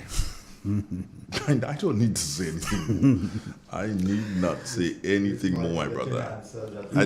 Say again? I see this one, you're getting answer that you request. No, if you think about it, if you go east, you end up in the sea. If you go west, you end up in the sea. If you go north, you end up in Canada. And if you go south, you end up in the Caribbean. So there is no need to have a war up and down. You need to go across. They keep that for themselves. Okay. We should be speaking with 2 young ladies. I hope they'll be able to. Well, I know that they're in, but I'm not seeing their picture up. And I'm speaking about Miss Patrick and Miss Charles. Oh, yeah, they're there. They're into the whole aspect of coconut production. So they'll be seeing you guys. They won't be seeing me. Should I let them see all of us? Okay, let me just do it this way. So let's see if I can add myself to both of you. It's not something I'm really good at, but I'm going to try. Oh no, we're not going to do that. We're just going to have you and them, but they can hear they will be able to hear my voice. So they will be seeing both of you and they'll be hearing my voice. And let me add them to our conversation. And if you guys can just go a bit closer together, you will be fine, right? And then for both of you, JD and BJ, I need to sort you guys out differently so they will see you. But good morning, girls. Ladies, sorry. Why am I saying girls? Andre, don't do that. Are you crazy? Good morning, ladies. How are you doing? Good morning. We are doing fine, and you? I am doing okay. So one is Miss Charles and one is Miss Patrick. So I'm assuming that Charles is the one who just spoke. I am Sabrina Thomas. Thomas? Why am I saying Charles? I'm not sure. Oh, I tell you why. You have SBJ Charles as your email address. See? That's now right. I know. And Dad was thinking I was dumb. No. But it's nice to have you guys. I'm just trying to get your picture sorted out here. As soon as I get that sorted out, then I will be able to bring in the other two individuals into the live. I'm not sure if I'll be able to do justice to them. Wow, that's not doing justice to them. Nonetheless, you both look pretty, Miss Patrick and Miss Thomas, that is. So, Thomas, tell me, where are you from?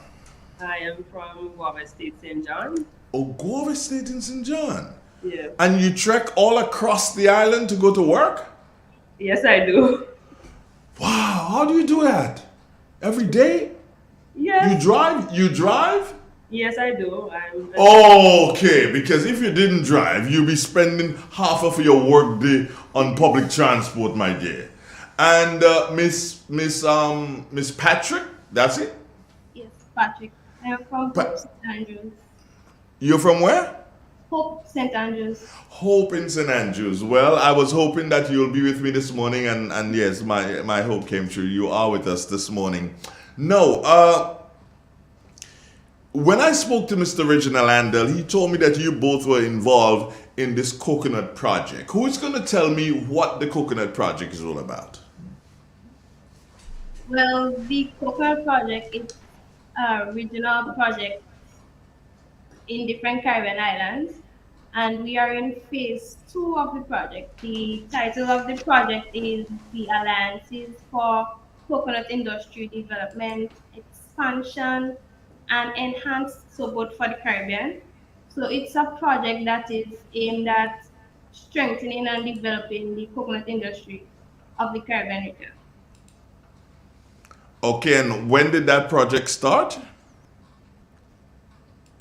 The project started in 2017, however, we only came on in 2019. Okay, the project started in 2017. So I'm going to give you JD. That's the one you're going to see. That's JD right there. And then BJ, not seeing A, not seeing me. And based on the limitations of our cameras, that's what's going to happen. So the project started there. Now tell us, what did you both have to do directly with the project? Well, we are technicians, so we offer technical support. We offer support as regards to planting.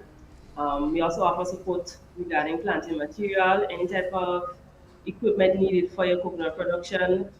We could help you to source, and we could also help you with finding what might be a better suit for your setup and your project. We could also help you with marketing information and so on like that. Okay. Now to you, Patrick, I just heard a big word there, and I felt so pleased because you said, "Hey, we are technicians," and then my mind went to that new rum factory. What's it called? Renegade Rums, where the ladies who are the how do you call them? Help me. The people who are the distillers. The distillers. 5 ladies. So it seemed like ladies really taking over. Like I gotta do something, take my backseat just now. No, you don't have to take a backseat, but you can work with us. Now I like that. I like to hear that. I don't have to take a backseat. BJ, you were thinking that I would have to take a backseat, innit? In relation to the technicians? Yeah. No, you're a technician also. Well, I'm a technician. Just a different field. BJ was telling me, ladies, no disrespect when I say girls, but BJ was telling me that, you guys interact and you usually visit his farm and so on. Is he doing a coconut project also? Yes, he's a part of the project. He's a part of the project. Okay, now, how many farmers would you say, off the top of your head, that are involved in the project presently? Well, we interacted with roughly 30 farmers. Actively, we probably have about 50. And on every visit we do, on every person that we encounter, we try to add more people to the project and get them involved in it.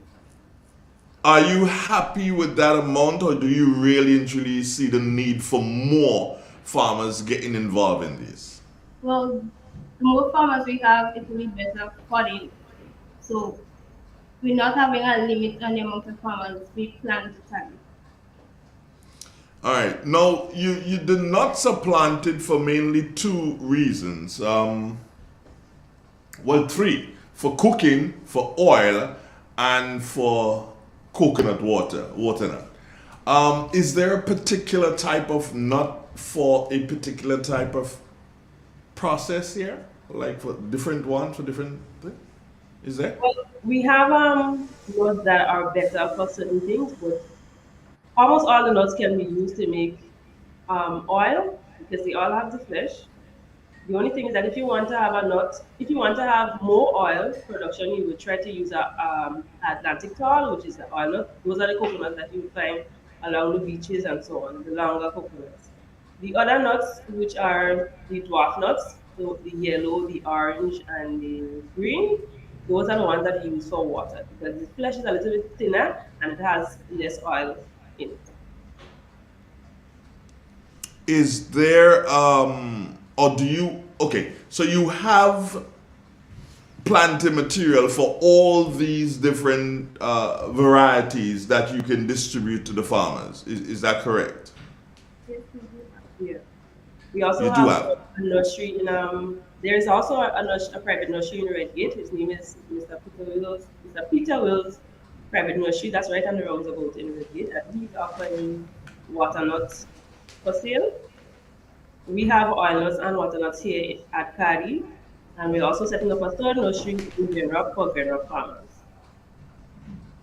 How easy is it for the farmers of the nation to be able to access this program? It's as simple as calling the office. That's it? Yeah. Just and what do you do then? So I picked up the phone and I've called the office and I'm speaking to you. What's the process? Tell me. Well, after you call the office, we would reach out to you. You leave your information, your contact information. Myself or Nakima would reach out to you. We will, if it is that you have an area that you want to plant out, let's assume your area is approximately 1 acre. We will come visit your farm, visit your site, identify how many plants you may need, check to see if the location might need clearing, check to see if you might need any type of IPM help, and so on. See if you need any type of intercrop that would help you during that period of time, and then we move from there. You just spoke of whether or not my plot may need clearing. Are you guys, meaning Kadi and so, able to provide that sort of assistance for me? We can guide you as to where you could get that. We could probably help you in areas of identifying what may need to be cleared, because not everything you might want to cut down, depending on if you already have plants in the area. All you might need to do is probably prune up fruit branches just to accommodate the younger plants. And after a while, the coconuts will eventually grow above what you have. So it's just offering that type of technical support and then probably guiding you towards another contractor or another individual who's able to help you clear. All right, BJ, you raised your head. I got the impression that you wanted to ask them a question. No, who would like to make some comments rather than ask questions? Sure, go ahead. I was thinking that the project, it's a very good project because we need to resuscitate the coconut industry. However, the manner in which it's being done, I do have a problem. Coconut is more or less a long-term crop. And if you seriously want to get involved in coconut production, you need a good 30, 40, 50 acres. In some cases, maybe because Grenada is small, maybe 20 acres pure stand.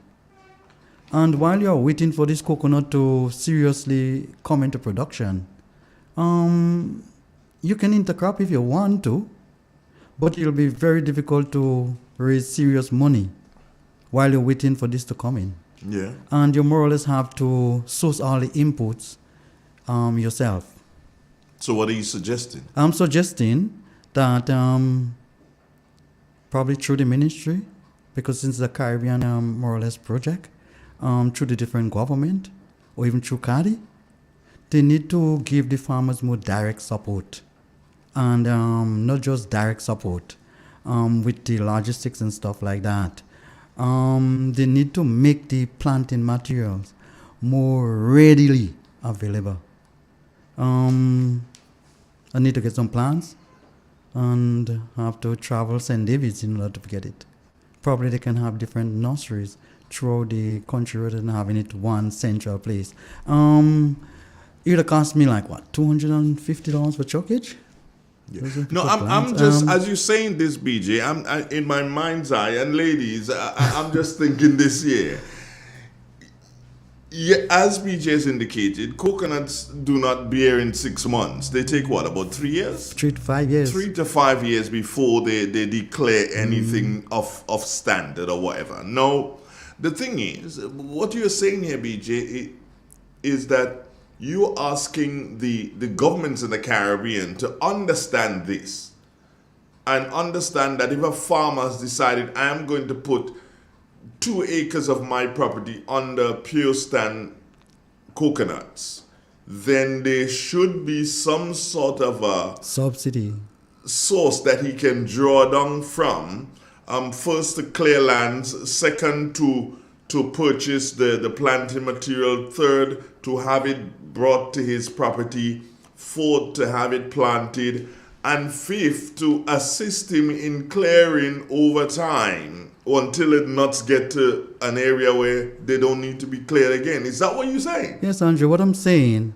But don't forget the young ladies yes, are there. I know they are there. Yes. What I'm saying is that because the coconut take that time span in order to come into serious production, I am saying that you need to have programs such as either soft loans where you don't have to pay back anything before 5 years. Loans whereby it can be part grant and part loan as incentive. Or else you're going to find people planting coconut as hedge or sticking it here, there, everywhere. And I'm not sure if that's what you really want. I'm not sure if that's going to seriously have an impact on the industry if you go about doing it that way. It'll probably take too long anyway. And I'm saying that people need to have pure stand coconut fields whereby they specialize in growing the crop. And coconut is of such that if you grow a good 5 acres of coconut, you probably can constantly harvest nuts throughout the entire year from 5 acres. It may not be plenty or a large substantial amount every week, but you will be harvesting almost on a daily basis if you want to, if you have about 5 acres. I have no doubt about that. And if you maintain it properly. So it's not something that is not lucrative. I'm saying the manner in which we go about developing it, I think it warrants some scrutiny. Too many times we have projects like these and you go and tell people what to do rather than provide the monetary, the logistical support. This is what is needed in projects like this. And that's what is needed in this one. I'm involved in this one and I'm getting the support. I even getting free planting materials, which is very, very good.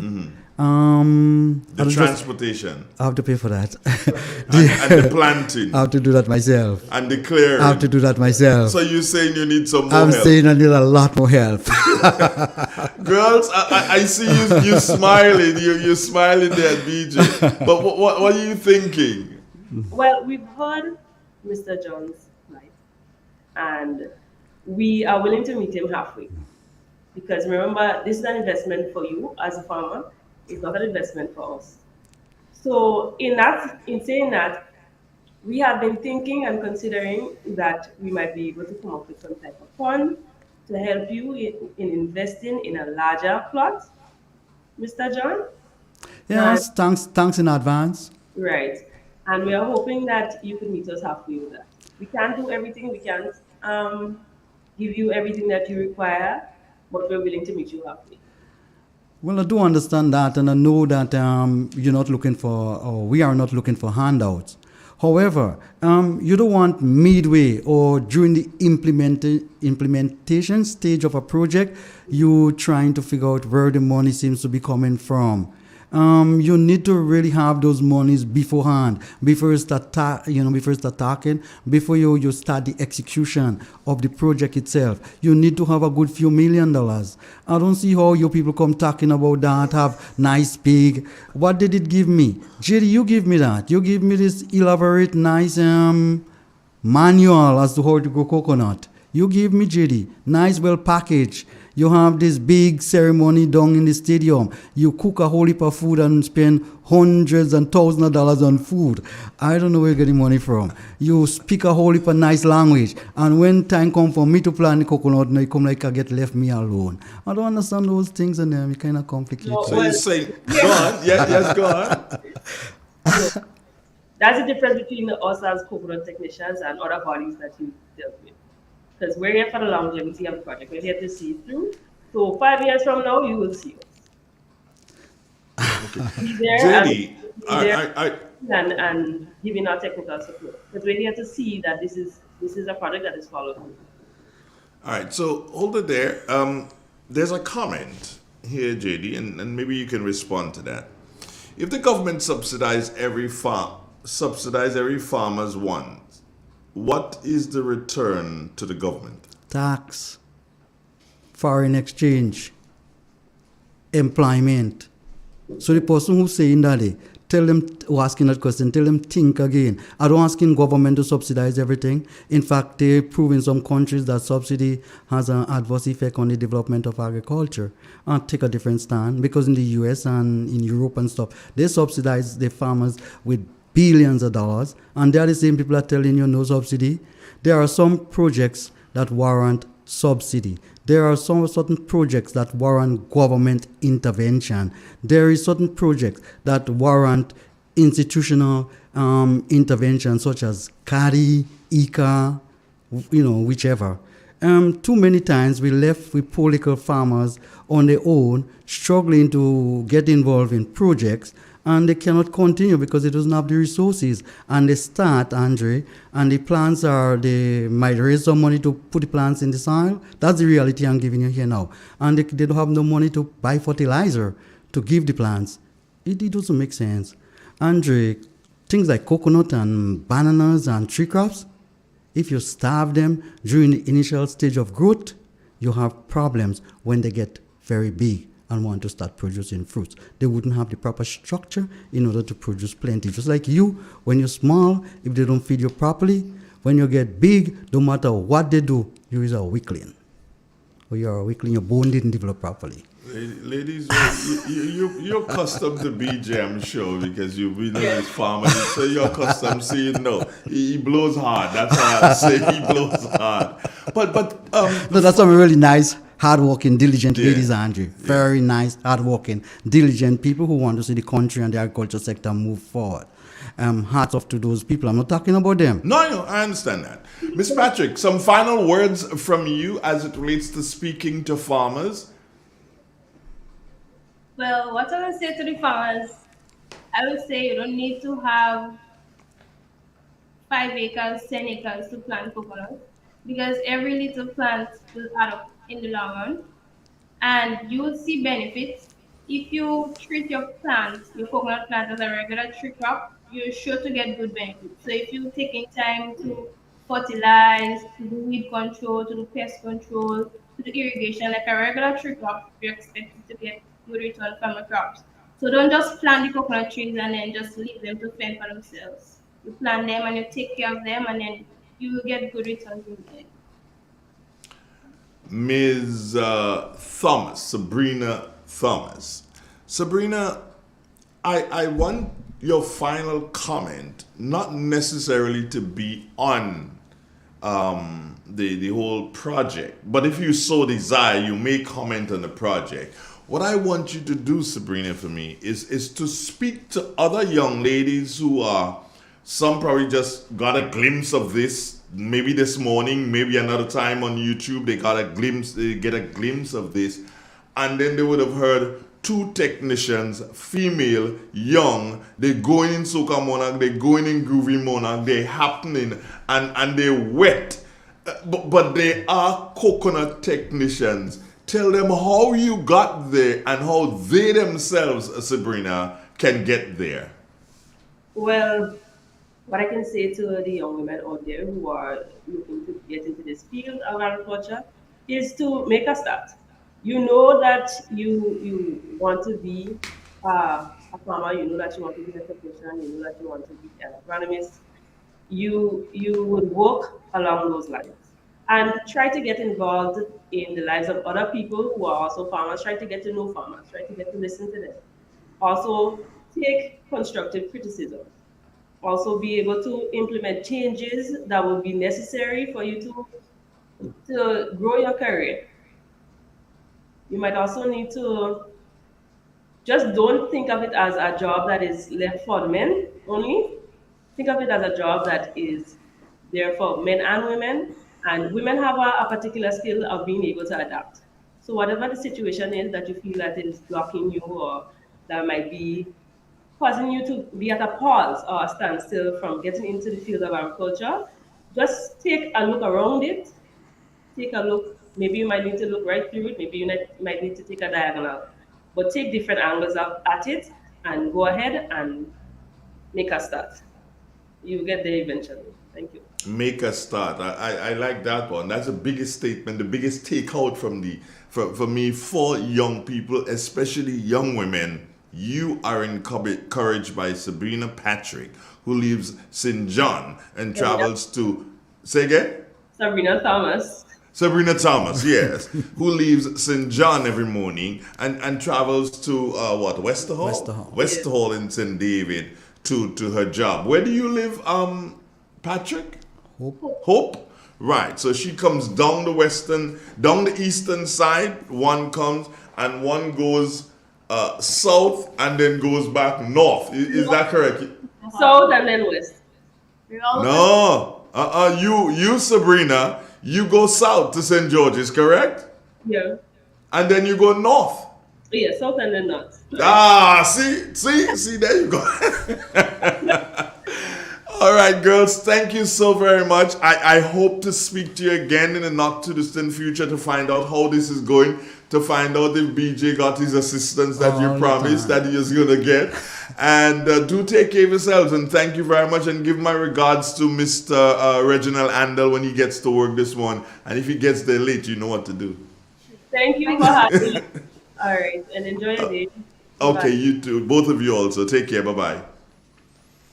BJ, 2 lovely young ladies. Yeah, and, very diligent workers. Say again? Very diligent workers. Yes, they seem to be very diligent workers at the... I never called them for technical support, and they didn't show up. And they always keep a tab on me and ensuring that all is well. I must say the technical support, Andre, in terms of your extension and stuff, is very, very good. From that angle.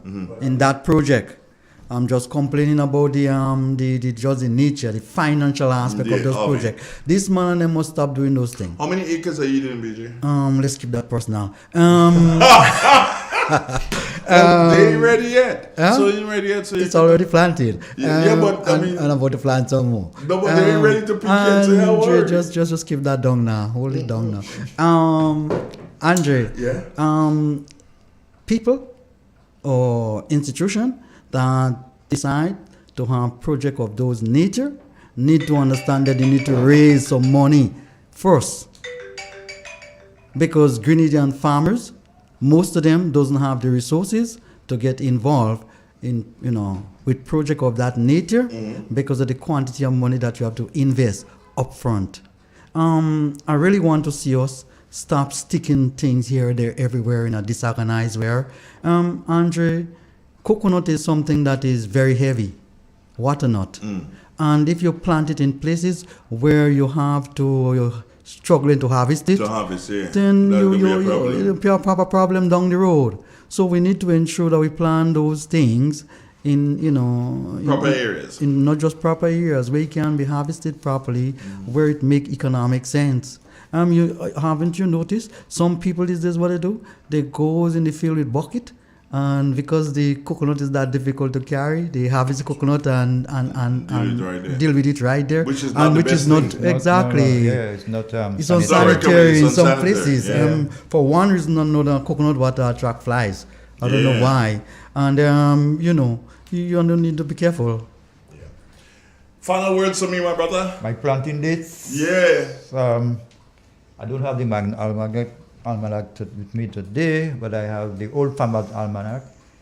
The 1st to the 4th, it says it's the most barren period. From the 1st of August to the 4th of August, it's the most barren period. From the 5th to the 7th, you can plant above the ground.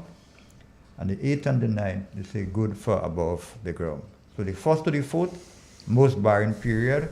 5th to the 7th, above the ground. And the 8th to the 9th, good for above the ground.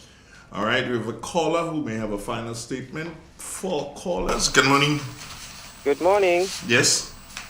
Are we on Real FM? Yes, sir. And you're live. Okay, I was hearing the coconut project, and I just thought I would just want to chime in a bit. Okay, you got just about a minute to get your thoughts in. Okay, can I find out what are the sources of planting material and stuff like that? And farmers have plants and they want to sell. So if they have okay, what I can tell you here is I don't have the number offhand. I can give you that. But the number for Cardi? I can give you the number. What's the number for Cardi? You have a pen, sir? Yes, I do. All right, the number there's Cardi. Okay. And they're located at West Arlington, David. Okay. And we'll give you the number for Cardi, so you can call them, and the information that you're requesting from us, they will be happy to give it to you. Andre, if you call 457. Do you know what the acreage that they're targeting? Hold on, sir. What's the number, JD? If you call 457 6596. 6596. You got that? 457 6596. 6596. 6596, yes. 6596. Yeah. You were asking a question? What's the target area of coconut? Oh, they're recommending 1 acre, but they'll be willing to work with smaller plots. I think smaller than that if you want. They'll be working. National target. Say again? They're working with a program. Say that, I didn't hear that. The national target I don't believe I did ask that question, so you can get that from them directly. Okay, what's the cost? Is there anyone there to talk that I can speak to, or I have to call them directly? You mean somebody here? Yeah. The people. I was listening to the radio and I was driving. Yes, you asked, and you are live on the radio right now. Right. So I'm saying to you, the persons were here virtually. They weren't sitting in the studio. So the number I gave you, you can call them, and every single question that you want to ask me about the project, you will be able to get the answer from them. Okay. All right? Okay, because I think the Ministry of Agriculture has coconuts for sale as well. That information, as I indicated to you, you will be able to get it when you call the number that I gave you. Okay, thank you. You're welcome, sir. Have a great day. It's real. It's 91, guys. It's just about time for us to say goodbye. Goodbye. Have a good morning. Yeah, have a great morning. And just to remind folks that the program came to you with the compliments of Antoine de Beauregard Enterprise and Gittins Home and Garden Center. We've got news coming up shortly. It is said, the proof of the pudding is in the eating. Therefore, the authenticity of the beverage can only be acquired in the taste. A taste which is original to Antoine de Beauregard Industries and comes from a combination of spices and local rum, which can hold its own all over the world. Woodman, a strength which speaks for itself. A taste which stands out from the rest. Bottled with care, which speaks to perfection. Try Woodman today and be stunned by a flavor as never before. Let your palate savor that which is produced locally. Do not be deterred by substandard products. Our taste speaks volumes and sets us apart from the competition. You will be satisfied with every sip of our product. Say rum, say Woodman, feel satisfaction. Now that's quality. Agriculture, a pillar in the Grenadian economy. Gittins Home and Garden Center, your main pillar for agricultural supplies in Grenada. They supply fertilizers, herbicides, seedlings, and nursery items, diesel water pumps, walk-behind tillers, organic and environmentally friendly agricultural inputs. Serving you from 2 locations at Birch Grove and booth number 34 at the Vendors Market in Grenville. Cost-effective agricultural solutions for all your needs. Visit Gittins Home and Garden Center for the best in everything agriculture. Call them on 409-2175 or 438-4337 and enjoy their services from your farm to your backyard. Gittins Home and Garden Center.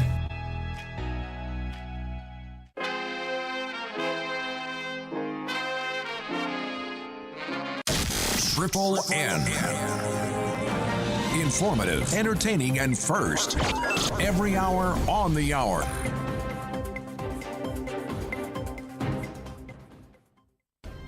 This is the latest news update produced by Triple N. Details when we get back.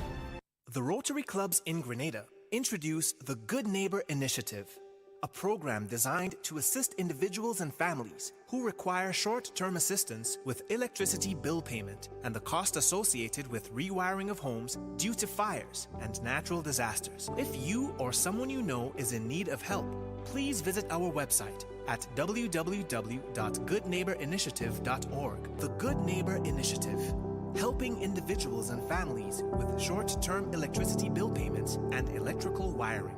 One neighbor at a time. Welcome back. Locally, the Marketing and National Importing Board, MNIB, continues to push forward its mandate to export fresh produce and be a pillar for food and nutrition security throughout the Tri-Island state, distributing approximately 3 million pounds of farmers' produce to local, regional, and international markets. In the region, in Trinidad and Tobago, more COVID-19 facilities to be decommissioned. We get more in this report. More parallel healthcare facilities are expected to be decommissioned in the coming weeks. This according to Minister of Health Terence Dayal Singh at Wednesday's Ministry of Health weekly media briefing. We also gave instructions, I believe last week or week before, to stop admitting new COVID patients into St. James. That has been done. And the last count as of Monday, I believe, St. James had 1 patient. So St. James is going to be free of COVID patients very soon, and that will be returned for the general use of the Northwest Regional Health Authority. The Point Fortin and Arima hospitals were decommissioned earlier this year as COVID-19 facilities due to a decrease in the country's need for these facilities. Around the globe, the United States has made a substantial offer to Moscow to bring home U.S. citizen WNBA star Brittany Griner and former U.S. Marine Paul Whelan, who are detained in Russia, Secretary of State Antony Blinken said. Here are the details. In the coming days, I expect to speak with Russian Foreign Minister Lavrov for the first time since the war began. I plan to raise an issue that's a top priority for us: the release of Americans Paul Whelan and Brittany Griner, who've been wrongfully detained and must be allowed to come home. We put a substantial proposal on the table weeks ago to facilitate their release. Our governments have communicated repeatedly and directly on that proposal. And I'll use the conversation to follow up personally and, I hope, move us toward a resolution. Can you talk about why you would